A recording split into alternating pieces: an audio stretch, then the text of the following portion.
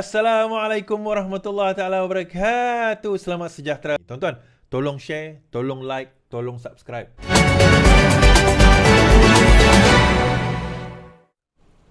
Okey, ada satu cerita baru masuk tuan-tuan. SPRM sita Menara Ilham. Notis pemberitahuan.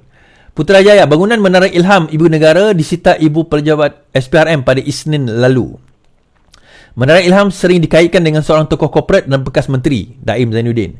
Bahagian itu juga turut menempatkan pejabat individu berkenaan. Semua memberitahu Buletin TV3, permis itu disita kerana dipercayai ada kaitan dengan siasatan kes rasuah dan penyelewengan. Bangunan itu disita kerana disiasat di bawah SPRM.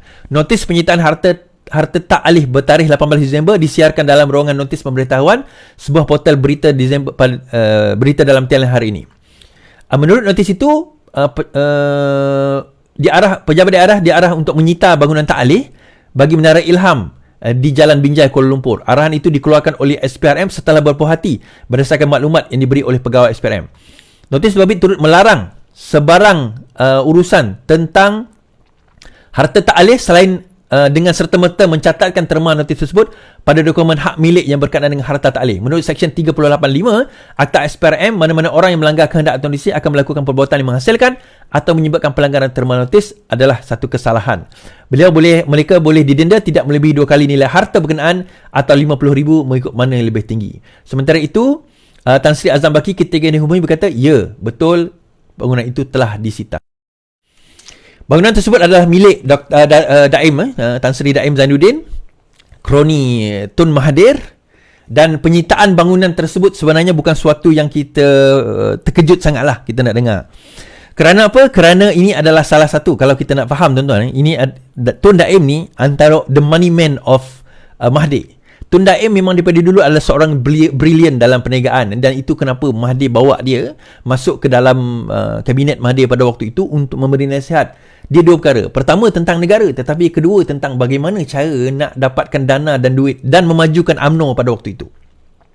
This is back in 1980s, pada ujung 70-an, awal 80-an pada waktu itu kan.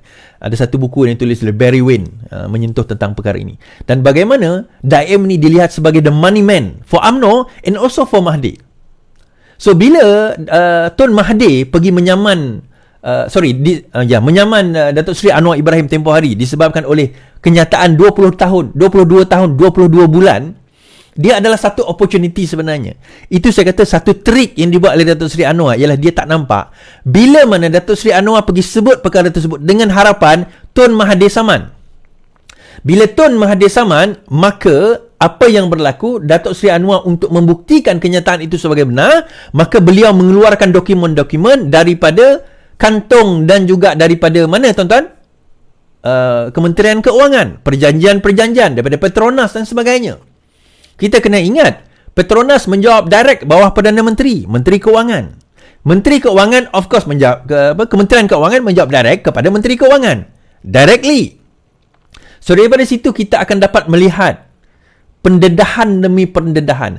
Dan tidak mustahil daripada pendedahan tersebut terdapat juga salah laku dan rasuah membabitkan mereka yang berada di sekeliling Tun Mahathir. Saya tak tahulah, tetapi saya rasa most likely ini antara dokumen yang dispil kepada SPRM dan akhirnya membawa kepada penyitaan bangunan tersebut. Dia kalau kita nak cerita kan, apa yang telah berlaku daripada zaman awal Daim memegang kuasa sebagai Menteri Keuangan dan sebelumnya sebagai penasihat Mahathir dahulu, ada satu buku tebal menceritakan peristiwa-peristiwa tersebut, termasuk bersama dengan Tun Mahathir. So bila dia kata saya tak ada duit dia cerita orang tak ada duit ni, orang dia cakap dia tak ada duit. Apa tujuan dia? Dia ada sebab dan tujuan dia. Kalau tuan-tuan percaya memang naif sangatlah pada waktu itu. Kan? Naif sangat. Tetapi ini nanti akan membawa pendedahan demi pendedahan kepada kes-kes ini, dan kita harap pendedahan tersebut akan membawa kepada kisah dan cerita yang lebih besar yang mungkin kita akan dedahkan nanti. Cuma buat masa ini saya tak boleh nak cakap apa-apa sebab dia masih lagi dalam siasatan SPRM. Setelah ada pertuduhan dan sebagainya nanti, baru kita akan cerita.